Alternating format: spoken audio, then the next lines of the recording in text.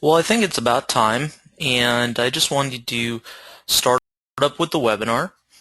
And again, I wanted to introduce myself. My name is John Booker. A little bit of housekeeping. And what I'd like to let you guys know is that everyone will be in listen-only mode. And if you would like to participate at any time throughout the presentation, if you can, please do the raise your hand right here on your screen, and I will unmute you.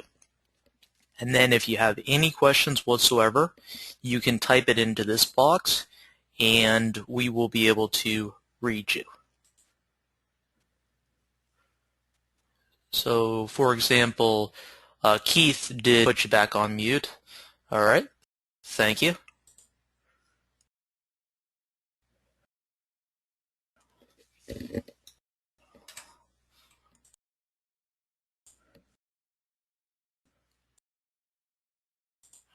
So, this is an introduction to Peak Solar. We are a design and development company and 3 distribution centers. Our distribution centers are in New Jersey, in Dallas, and also in Fremont, California. And our partners have been in the sustainable energy for 15 years. Our partners came from an older Westinghouse division, but the current company, Peak Solar, has been around for 5 years now. Now, this evening, the topics for the Solar PV 101 includes what is solar energy, how our solar system work, and what is the payback, and how do I size up my own system. The first thing is we're going to talk about is what is solar energy. And everyone can basically, they can think of the fact that, it comes from the sun. And 2 forms of solar energy. The one form is photovoltaic, or it's direct conversion of electricity, and that is such for your home. The other form is a thermal, and thermal is such as you're going to use it to heat something. A photovoltaic such things as a solar panels, racking, inverters, and a thermal system, on the other hand, consists of something like it's a thermal collector, and it includes some type of heat distribution, like a channel to get the heat water. And the example for a thermal would be if you're going to try to heat your hot water. So one, we have it's for electricity, we have it for heat. Now, what we do at Peak Solar is we specialize in photovoltaic, and that's what this Solar 101 is going to be about, is our specialty and what we have. So one of the first questions that everyone wants to ask is, how does a photovoltaic system work? Well, as you can see right here, we have our solar cell. And the solar cell is the basic building block for a photovoltaic system. Basically what happens is the light from basically the sun hits the solar cell, and it moves an electron. These little white lines, and it is able to be used in some form of electricity. Now, originally, the form of electricity is in DC, direct current. And so what we need to do is we need to convert it into AC we all use in our homes. So what we would do is we would basically have an inverter here, and that would convert into electricity. And you have a question. Hi, Jenny?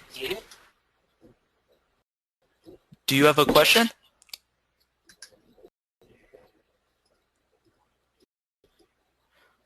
Okay, I guess she doesn't have a question. All right, let me just take it back on. And just getting back to the presentation.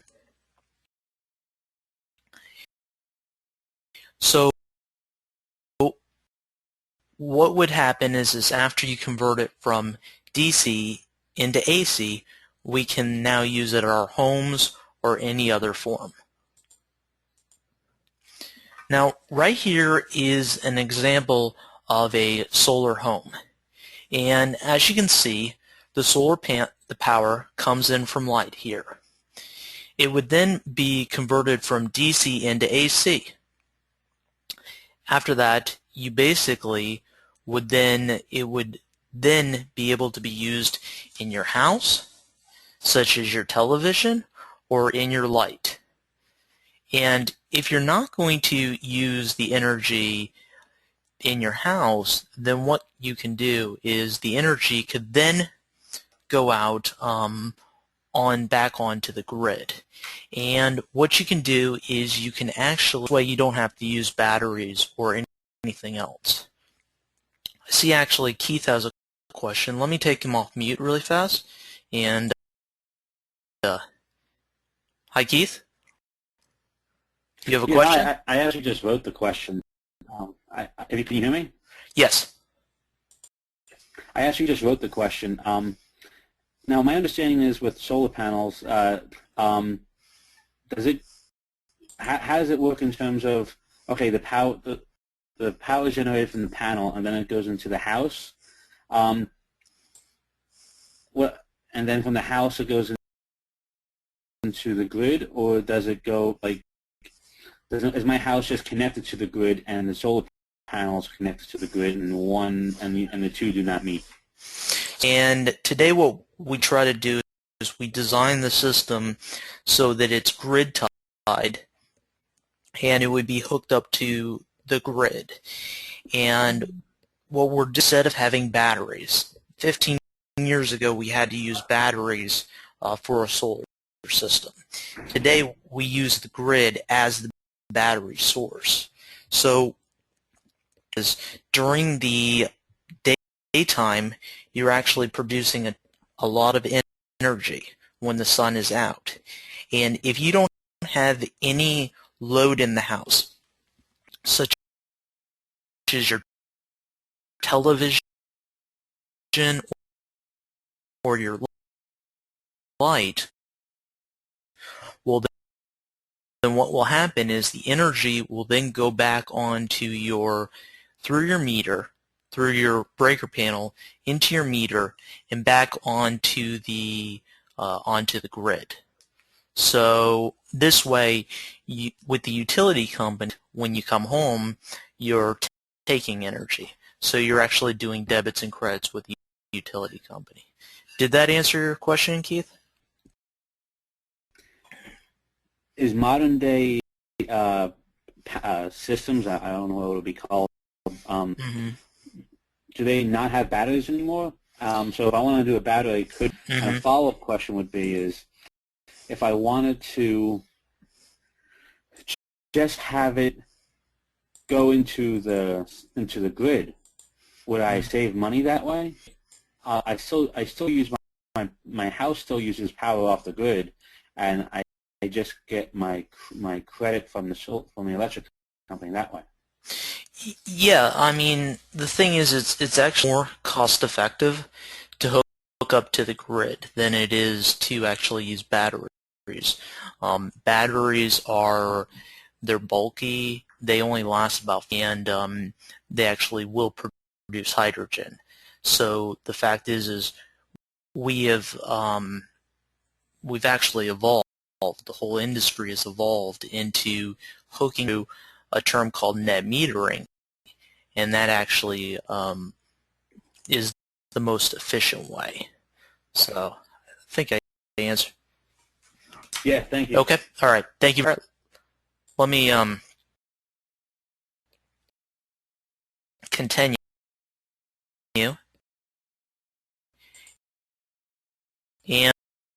And the next thing I wanted to talk about is the type of modules.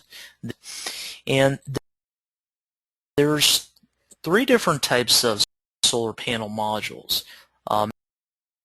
There's monocrystalline solar panels, which have solar cells, and then there's thin film.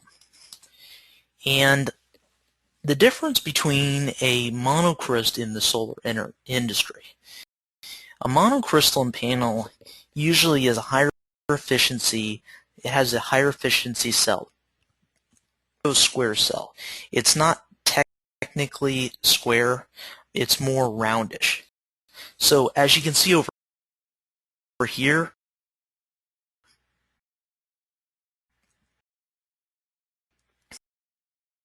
there are these white spaces around there. The other thing is that this type of module is a little bit more. For example, if you were going to have a 5 kW system that was polycrystalline, in monocrystalline you'd have about a 5.5. It's a little bit, if you have limited space, then you might go mono. But it does cost more than the polycrystalline. Now, a polycrystalline cell, as you can see down here, is this normal blue color. And polycrystalline are usually a square. In Germany is like the epicenter for solar right now. And most of the is because it's like the workhorse of the industry. It's very efficient, and a lot of people, it can be put out very easily.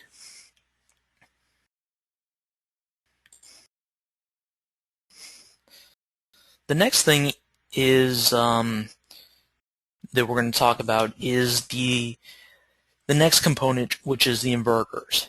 They include microinverters, and they also include power optimizers. And as you can see, these are a couple of examples of this, and we'll go into greater detail. The centralized inverter, as you can see right here, this is an example of an SMA inverter. And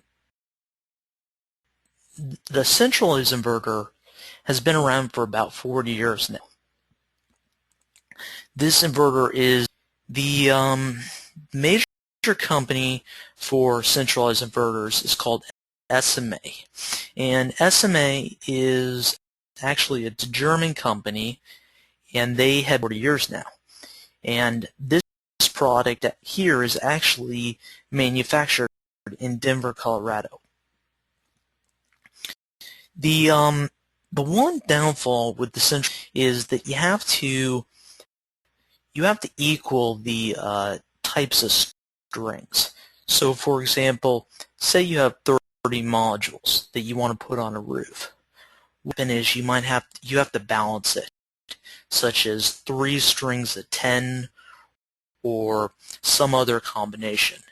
Well, this might not be aesthetically pleasing but what we can do is there is a newer type of inverters that are coming out, and one of the example is Power One, and it has what we call two MPPT strings. And what this does is it allows you to have multiple strings and multiple combinations, such as a string of 10 and a string of 9. So it gives you a little bit more flexibility.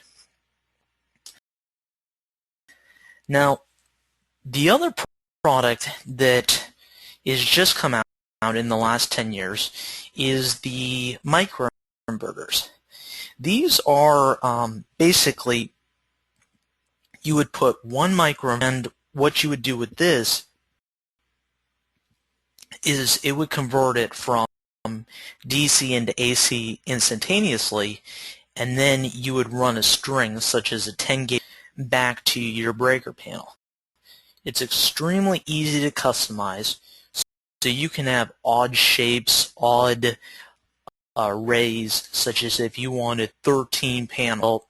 If the inverter, the centralized inverter, couldn't do it, with the microinverter you can have whatever panel size you want.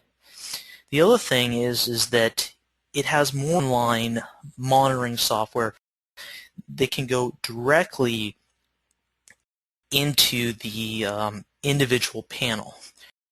So for example, say you have a panel and this panel starts getting shaded because there's a tree. Well, you can go online and you can see exactly that one panel, what is happening, what is going on. And you might need to cut the branch on the tree, or you might need to do something. So it's a really powerful tool. The price on the microinverter is 30% more expensive than the centralized inverter, but over the last couple of years it has been coming down. The next part is the type of racking, and there's really 2 to 3 types of racking systems that we use a lot of. The first racking system is, and this uses our rails, our bolts, our truss. What you're basically doing is you're taking like an L-foot or some type of bracket, and you're using a lag bolt. Lag bolt is basically, it's like a screw, and you put it right directly into the roof, into the either the truss or the beam, into the purlins if it's a metal building. So we're very confident about that. What you would then do is you would then put rail, such as like a train track rail, on top of the L-foot, and then on top of the L-foot would actually be the modules. The other type of racking structure is a ground mount system. And the ground mount system is actually, and the frame then might have 3 rows of modules, and this would be a ground installation outside, such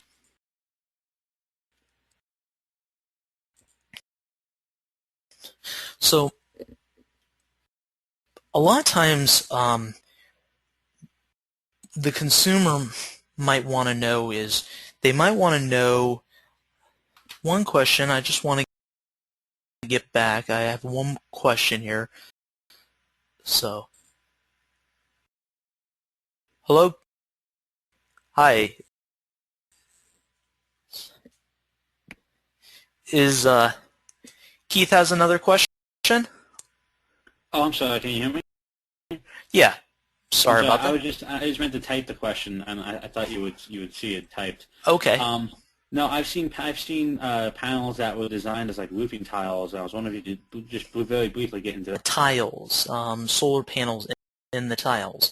That was about 5 to 7 years ago, and that's usually not as efficient. It's and it's sort of in the industry. So what's usually happening in the industry is these solar panels, which are the rectangular panels. So yeah, they were really a neat product that they had, and about I would say about 10 years ago, the Westinghouse division that I was at, we were working with a company called Open Energy, and they were actually doing these tiles. They were doing different colors and such. So, okay, and then there's Joseph. Hello, I'm going to take you off mute. You had a question, Joe? Hello?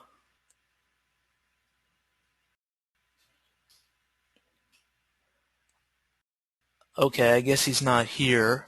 So I just wanted to unmute.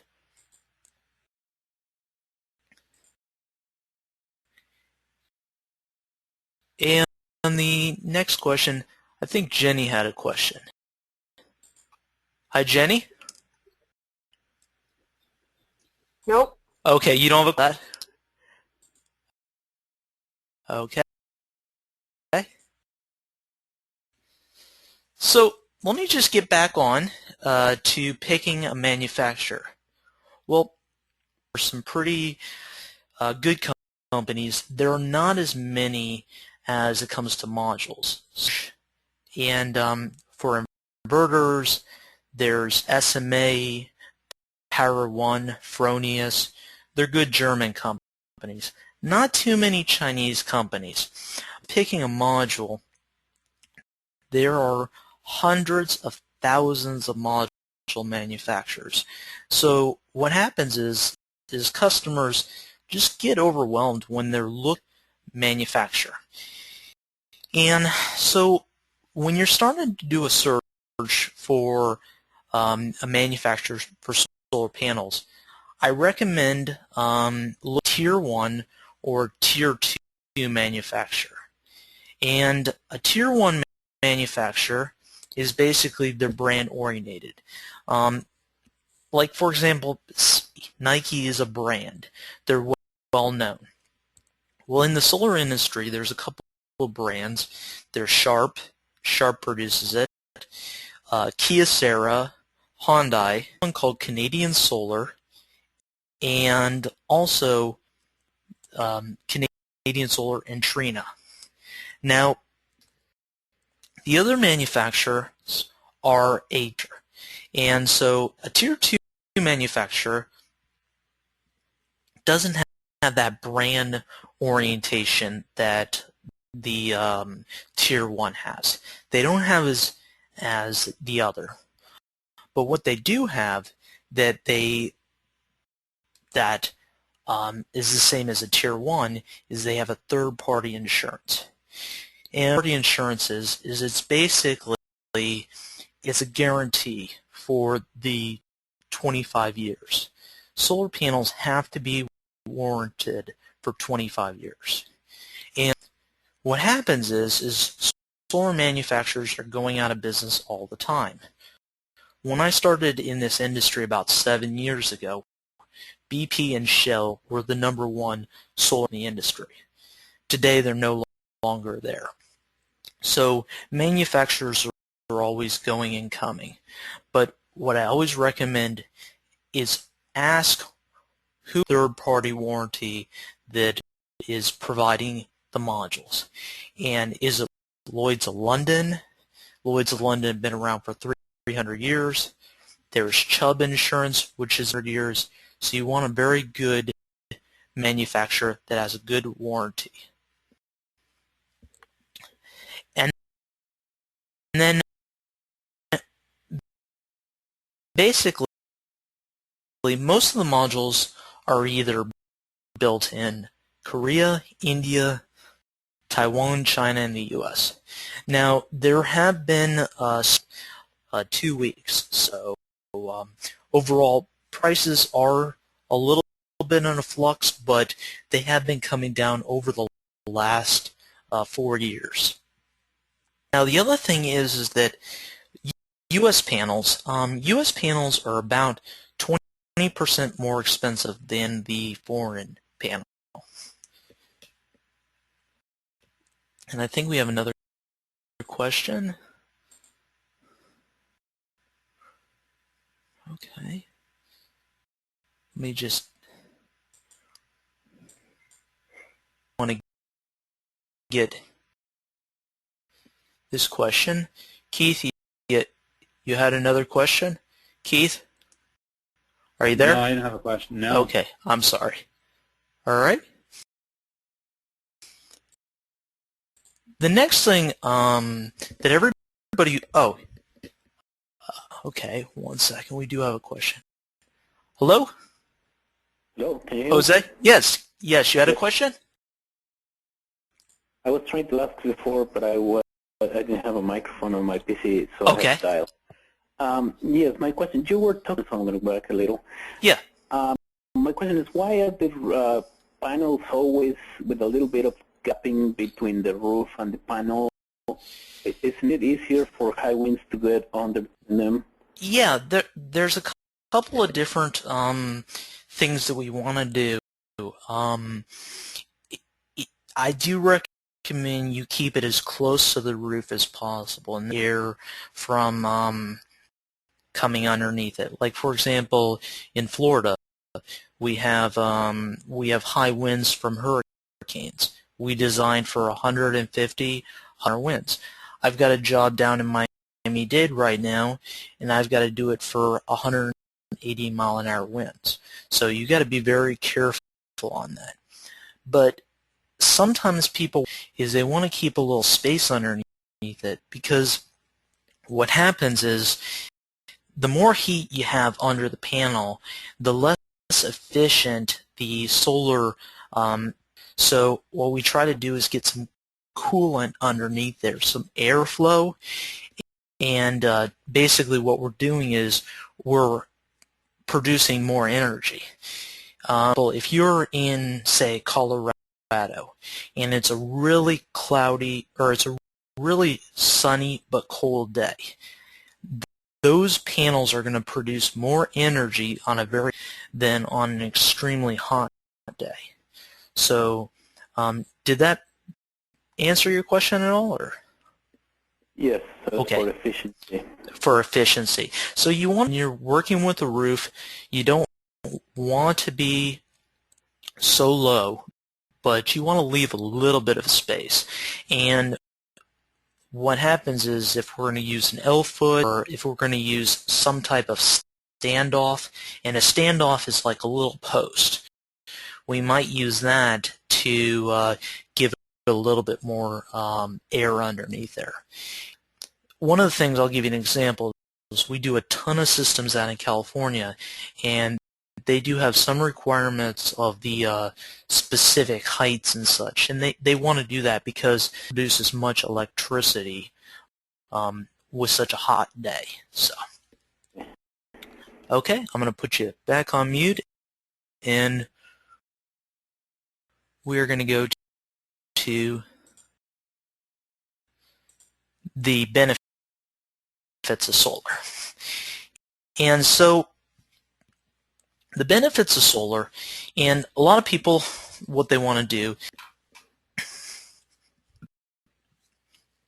so one of the biggest reasons is to dramatically reduce your power bill, because we're trying to get a benefit from it. And the thing is, the solar system usually has a quick payback. We're doing this as a secure investment.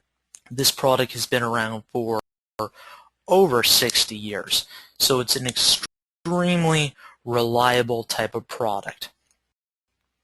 The other thing is that it will actually your property value. I want to let you in on the fact that Florida just passed a law that says that, with solar, it increases your property value. Well, the property appraiser cannot jack up your tax rate because of that.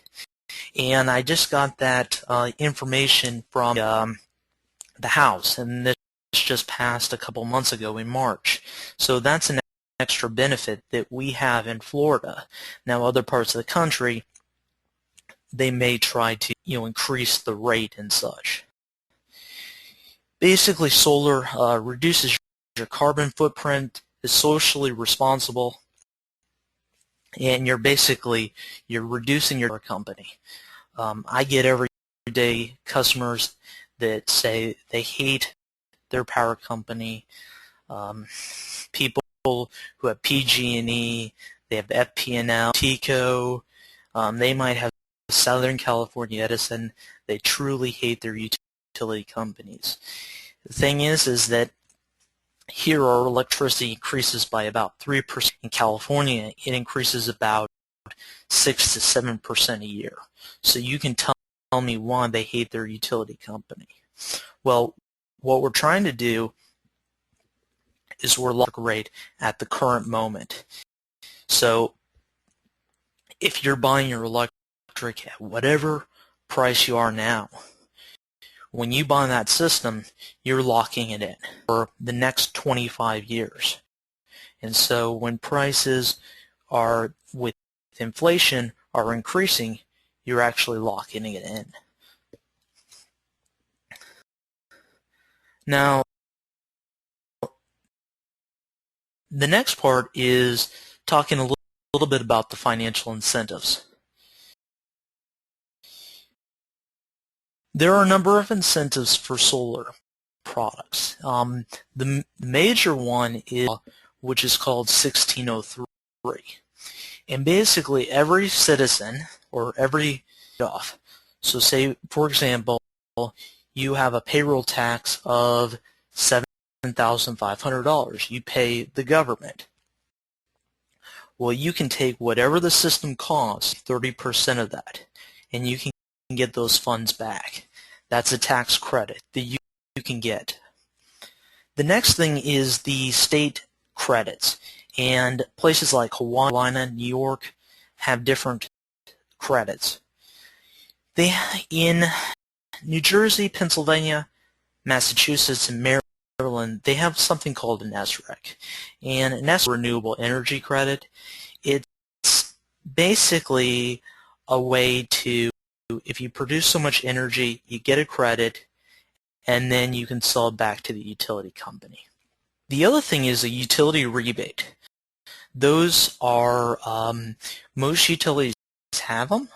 For example, TECO has a utility rebate, and FP&L has another that will come in October of this year.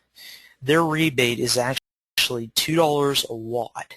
So for example, if you do a 10 kW system, you can get $20,000 in rebate funds for the solar system.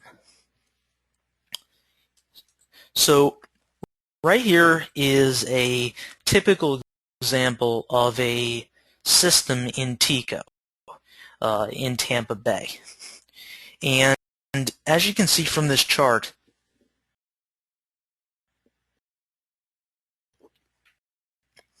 the solar system is actually going to pay for itself in 2.7 years.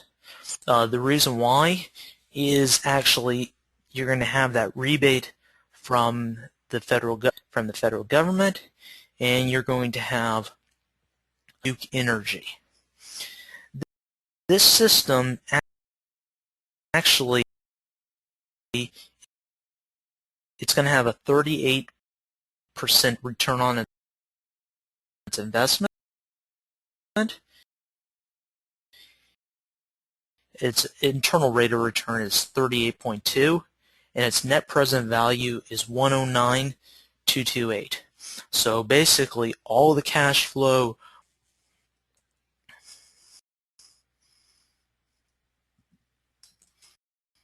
all right, and then basically the last thing is you might want to ask is, how do I size up my own system? Well, what we can do is we can help you guys out. Your winter and your summer electric bills, your email address, and your zip code. And why do we need those information? Well, what we do is we take what what energy you're producing at the moment. And we do a calculation. And the calculation is we're trying to design a system that doesn't go over the amount of use that you're using now. And that way you're basically doing debits and credits with the utility company. You're not more than you're consuming. The reason why we do that is because the utility company, if you're producing more than you're consuming, the utility pay you what's called the wholesale rate. And the wholesale rate is probably about 1/3 the cost of the electricity that you're buying from it right now. Also, we can actually show you the incentives and we can show you the cash flow. Now, I want to see if anybody has any additional questions. If you do have any questions afterwards, again, my name is John Booker, and this is my email address,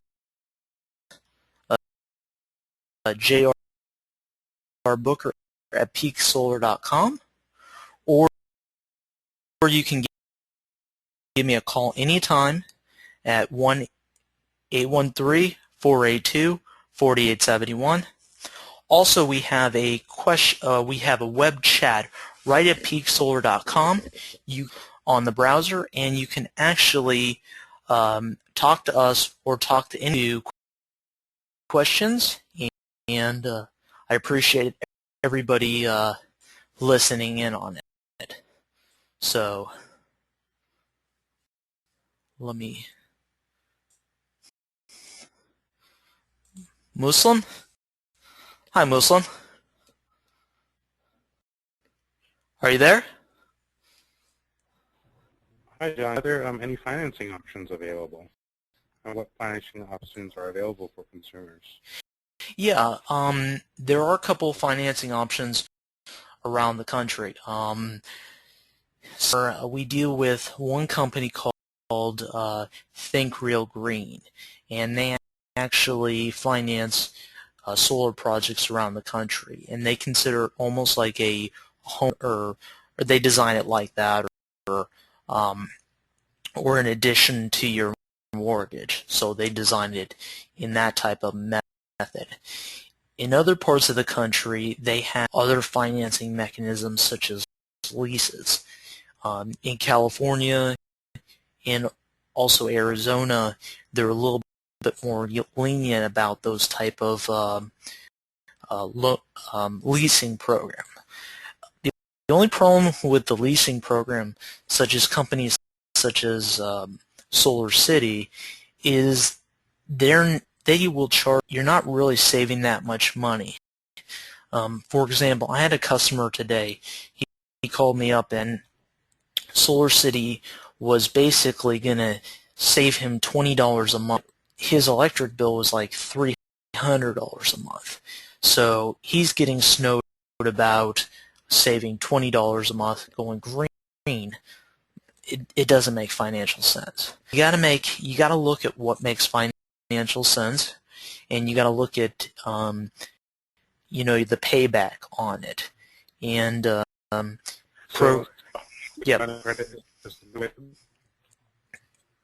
Are you? I can't hear you, sir. Is a home equity line of credit a good way to go then for homeowners? Yeah, I would recommend that's a good way. Low interest rates, that is one way you can do it now. But I do recommend that we look at the analysis in your area. And but certain area with when it comes to the TECO program or one of the other programs, it makes financial sense any day, and you're looking at a payback about again 2 to 3 years. One last question. Yes, sir. If it is a household, then how long does it take from the point that you give a quote to completing the project? Yeah, we can start quote, and probably within 2 to 3 days we can we can come out, we can look at it, or we could map it on Bing, give you a quote, and then once we agree on it, about a week and a half to 2 weeks, we can start the project. So we're extremely fast. We've got a number of systems going on. I've got systems going on in Sacramento, also in parts of California. I've got one in Miami-Dade, and also up in the Northeast going on, but we are constantly having, we can get out there extremely fast. There is some permitting, so it takes about a week for permits, but once we get through all that, I mean, within 2 to 3 weeks you can have it started. So, okay, all right, thank you. And I think Lisa has a question. Hi, Lisa. Yes. Yes. Can you just address what happens with snow and ice buildup on the panels? Yeah. What can you do to work with that? Okay, so what happens is that usually if you have an angle such as a 20 or 30 degree, the solar cells will produce a little bit of heat because there's nothing to it. So it starts to melt it a little bit, and a little bit of this heat will get the snow off of it. I've seen, as I said, I was working Westinghouse in Pennsylvania, in Pittsburgh, Pennsylvania, and I would put on a lot of solar systems, and I used to notice systems that had a 20 to 30 degree pitch on the roof, and a little bit of heat from those solar cells would take all that snow down. With snow and ice is the design of the actual panels. You don't want to keep it, you don't want to put them too close to your gutter, because I've seen examples where the ice comes and it rips a gutter down. So you want to be careful about that. So, Okay. did that answer your question? Yes, thank you. Okay, all right, thank you very much.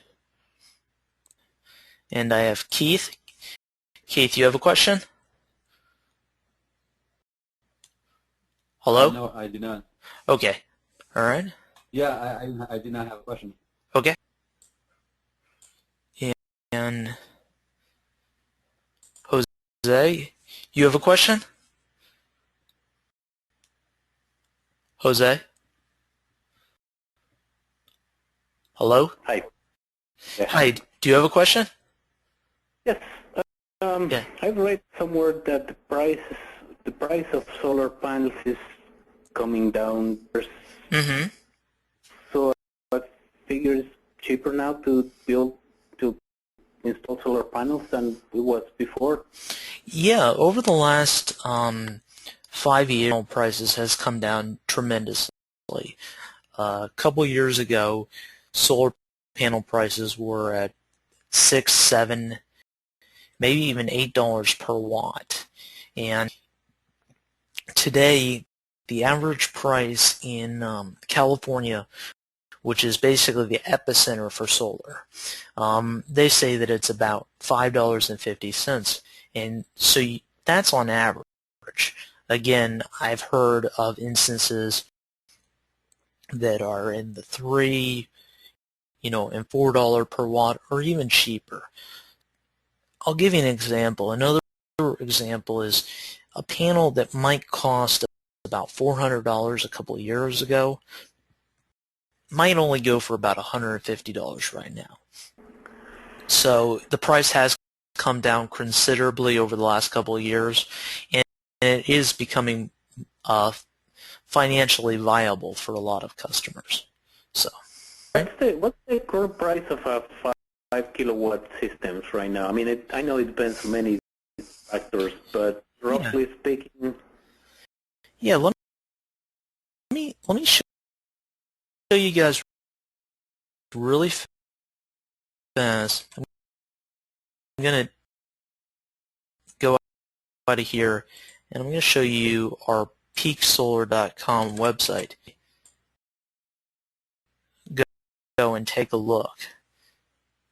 Actually, Okay. peaksolar.com, under what's called our solar grid tie systems, you can see what we design.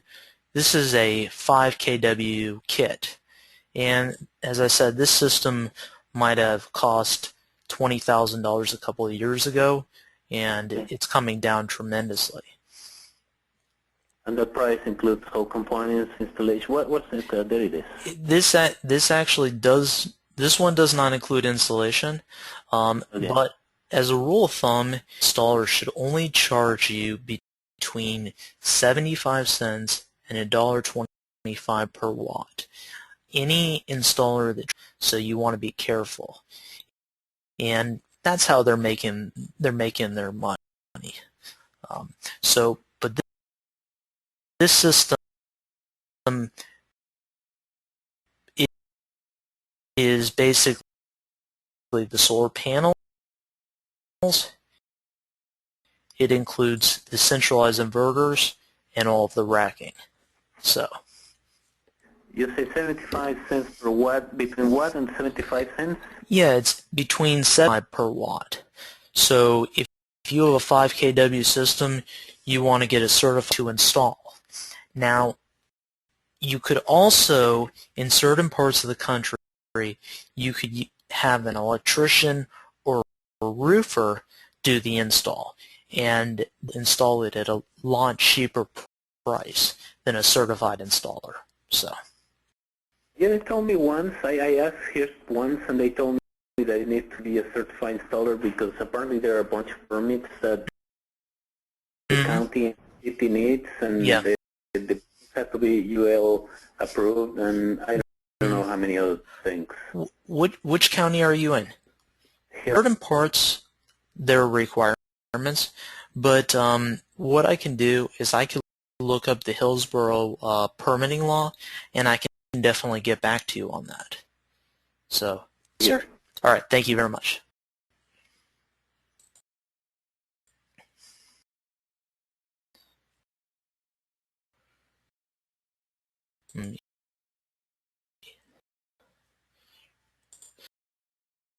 Just put that up.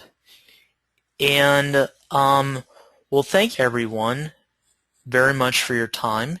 And again, really appreciate your time tonight. And in about 10 minutes, the Heat will be playing tonight. So please go ahead and watch that game. So, all right. Thank you again.